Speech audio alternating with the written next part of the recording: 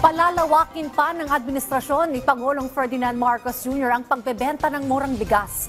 At sa Hulyo, mabibili na rin ang 20 pesos kada kilong bigas sa Mindanao. Ang detalye sa report ni Clazel Cordilia. Pilit na pinagkakasya ni Nanay Cristina. May 5 anak ang 500 pisong kita ng kanyang asawa mula sa pamamasada. 200 piso nakalaan sa 4 na kilong bigas. Pero sa 20 bigas meron na naalok ng administrasyon ni Pangulong Ferdinand R. Marcos Jr. 80 pesos lang ang gastos niya. Salamat. Dati po 50 pesos yung binibili namin. Ngayon sa 20, makakatipid kami ng 30. Kasi 20 pesos na lang siya eh. Baon na po yun ng anak ko papuntang school. Pambiling school supplies nila.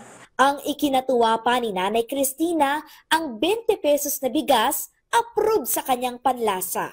Nung una, nung kumukulo siya, may amoy siya, pero nung naluto, nawala siya. Siguro, wala. Normal siya eh, maputi. Yung lasa? Yung lasa niya, normal din. Simula Hulyo, palalawakin na ng administrasyon ni Pangulong Marcos Jr. ang pagbibenta ng 20 bigas meron na sa Mindanao. Prioridad ang mga lugar na may mataas sa insidente ng kahirapan, kabilang ang Zamboanga del Norte, Basilan, Cotabato City, Tawi-Tawi, Maguindanao, Davao Oriental at Sorsogon. Patuloy naman ang pagbibenta ng murang bigas sa Luzon at Visayas. 12,000 sako ng bigas ang naibenta ng DA nakaraang linggo matapos ang eleksyon. Puspuso naman ang pagbabiyahe ng NFA rice sa Visayas. Base sa utos ng Pangulo natin, si Ferdinand Bongbong Marcos Jr. at na paramihin na ito kaagad. At we have 1 million sacks available na milled rice na yun, newly milled rice. From Mindoro, nakapagpadala na tayo ng barko sa Visayas. Unang barko dumating na sa Cebu. May pangalawang barko na aalis this week papuntang Bohol.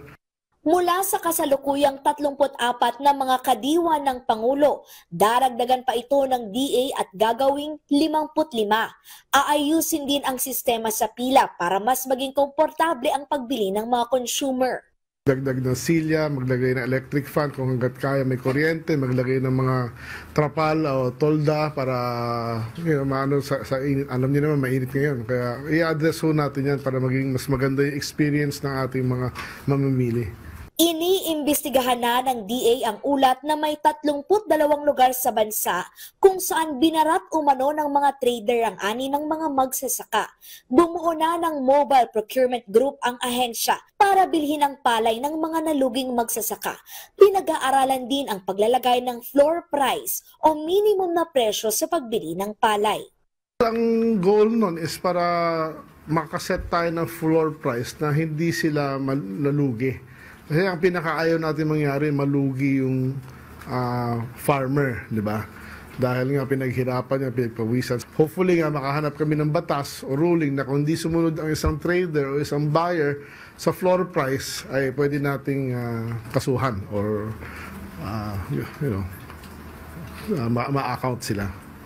Clazel Cordilia para sa Pambansang TV sa Bagong Pilipinas.